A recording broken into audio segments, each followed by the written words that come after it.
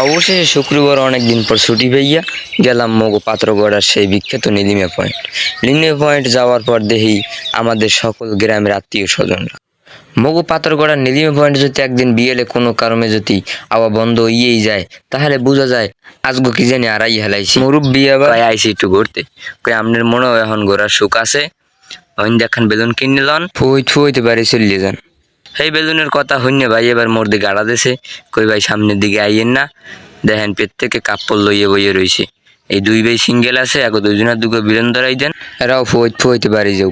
সামনে আটা দিয়ে যাই দেখি পাশ দিয়ে হুন্ডো যায়, এরম যাইলে কি এর চলবে? কারণ মোরাও সবার লাগে হাঁটতে যাই, আডার কিন্তু সারটাই আলাদা, হাঁটতে যাইতে আমাদের মতো এবং প্রকৃতির সকল সৌন্দর্য উপভোগ করতে হইবে। সারাদিন থুইয়ে সব জায়গা থুইয়ে যদি মগো নীলিমা পয়েন্ট আইয়া কোনো কায়দা যদি বইয়ে থাকিয়া একটু সুন্দর করে বাতাস খাওয়া যায় তাহলে বোঝা যায় যে পাথরগড়ার কত সুন্দর আকৃতি এবং কত সুন্দর নীলিমা পয়েন্টের মজা উপভোগ করা যায়। হাঁটতে সামনে চাইয়ে দেখি মগো এলাকার রহিমের বউ হে বইয়ে রয়েছে মনুক গড়ে লইয়া, সামনে এক মহিলা ফুসকে টুসকে খাইয়ে ইনটিন করে বাইরিস। মোর লগেরটা তাহিদের কই হোমের দিকে আটা শুরু কর, সামনে চাইয়ে দেখ মহিলারা আছে, টাক খাইয়ে পাচার খাইতে আরো সামনের দিকে চাইয়ে আট। ও কয় অত জোরে আড়া লাগবে না, সামনে দেখ ক্যামেরা করে, তুই যেন আবার পাচার খাও না ক্যামেরার তলে পড়ি। আমি কই না, সামনে দেখ ওই ওনা উনি আছে, ওই 10টায় 2টা কেন, দুইজনে শুইতে যাই। ও কয় মনু মোহে থায় না 1 মিনিটও।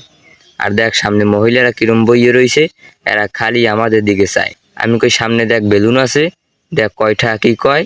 ও কয় বেলুনের দাম যা কয় হাতে মনো মগো টাহা মগো পকেটে থুই আডলি হয়। মোরা এমনি সিঙ্গেল, তাই মগো কপালে বেলুন এখন আর নাই না। তা হইদের কইলাম তুমি কি বেলুন কেনবা?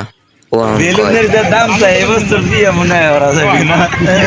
মগো তাওহিদের কথা শুনে পাশের মুরব্বী অনেক হাসিয়ে দিলেন।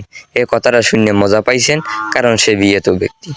এবার কই সামনের দিকে চল, দেখি সিট টিট খালি পেয়নি, একটা সিট খালি পেয়েছে হাও ভাঙ্গা।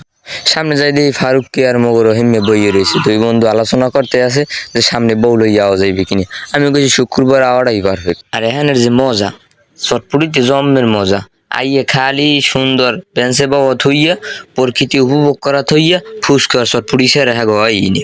সামনে লাল মেয়ার বউ হে ফুসকার পিন্নি বইয়ে রইস, এখনো আঙ্গুল কামড়ায়। সামনে একটু পর একটা যাইয়ে দেখতে আসি যে মগো চাষমিয়ার কয় ফোলা 3 গো বইয়ে রইছে নিরিবিলি।